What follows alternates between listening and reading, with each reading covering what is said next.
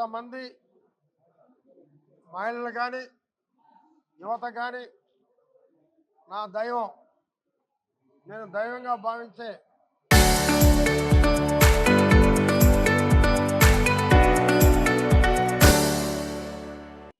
నందమూరి బాలకృష్ణ ఆరోగ్యం బాగుండాలని ఆ దేవుడు మహానుభావుడు మూలాపేట స్థానిక మూలస్వామి శివాలయానికి రావడం, ఆ శివాలయంలో చుట్టూరు పూర్ణదండాలు పెట్టడం, ఆ మహానుభావుడి ఆరోగ్యం కోలుకోవాలని ఇంతమంది ఆకాంక్షిస్తే నిజంగా ఆయన దైవ స్వరూపుడు కాక ఏమవుతాడు అని చెప్పి మొన్న కాకినాడలో ఒక పోర్ట్లో ఫైట్ సీన్, ఆయన మామూలుగా డూపులు కుప్పుకోడు.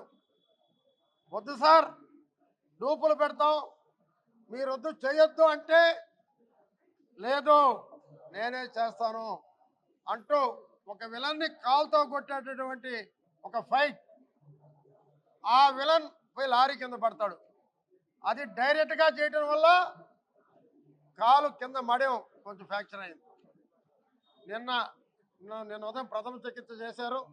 ఇప్పుడు ఇదే టైంలో ఏజీ హాస్పిటల్లో చికిత్స జరుగుతుంది. అదే టైంలో ఆ మహానుభావుని, ఆ పరమేశ్వరుణ్ణి, పార్వతీ పరమేశ్వరుని కోరుకోవటం జరిగింది. మా దైవం బాలకృష్ణ గారు తొందరగా కోలుకోవాలని, మళ్ళీ సినీ పరిశ్రమకి, అదే రకంగా రాష్ట్ర ప్రజలకి, అదే రకంగా బసరామ తారకం క్యాన్సర్ హాస్పిటల్కి హైదరాబాద్లోనే కాకుండా విజయవాడలో నిర్మించేటటువంటి హాస్పిటల్ తొందరగా పూర్తి చేయాలని నా దైవం, నా ప్రాణ సమానం ఆయన కోసం పూజ, బాలకృష్ణ గారి కోసం పద్మభూషణ్ నటరత్న బాలకృష్ణ గారి కోసం పూజ చేయడం జరిగింది. ఇంతమంది వచ్చారు. నిజంగా ఆయన ఉన్న గొప్పతనం ఏంటంటే వెన్నపూస మనస్తత్వం. నిన్న సాయంత్రం ఫోన్ చేశాను, కనీసం ఎత్తుకుంటాడా, ఏమైనా బాధలో ఉన్నాడా అని. టక్కని ఎత్తుకొని కోటరెడ్డి తమ్ముడో బాగుండావా అన్నాడు. సార్ నేను నిన్ను అడుగుతున్నా సార్ బాగుండావా లేదో అంటే, నేను చెప్పేది అన్నాడు. అది జరిగిందంతా చెప్పాడు. అవతలనే మాడిందా మా మిస్సెస్ మాట్లాడితే, పిల్లలు బాగుండారా, అమెరికాలో బాగుండారా, పాప బాగుందా, సార్ మీరు చెప్పండి, నేను బాగున్నాను వాళ్ళు బాగుండారా, మీరు బాగుంటే మేము బాగుంటాం సార్ అంటే, తను అంతలా బాధలో ఉన్నా మన బాగోగులు అడిగాడంటే అందుకే ఆయన దైవ స్వరూపుడు అయ్యాడని చెప్పి తెలియజేస్తున్నా. అటువంటి మహానుభావుడు కోలుకోవాలి. ఎందుకంటే లయన్ సినిమా ప్రొడ్యూసర్ పేరేంటి, లయన్ సినిమా మా నెల్లూరు రావణరావు గారు తీశారు. ఒకసారి రావణరావు గారు నాకు చెప్పాడు, లాస్ట్లో లారీలో ఫైట్ ఉంది, లారీ రోజు దూకాలి సార్, డూపును పెడదాం సార్ అన్నాడు.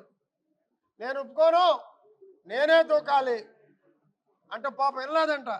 అద్దాలు పగలు కొట్టుకొని దూకాడు, కొంచెం గీసుకుని పర్లేదు రావణరావు అంటే మా హీరోలో నిజమైన శక్తి ఉంది, నిజమైన కళా పోషణ ఉంది. ఆయన నిర్మాతలు కూడా కష్టపెట్టాడు.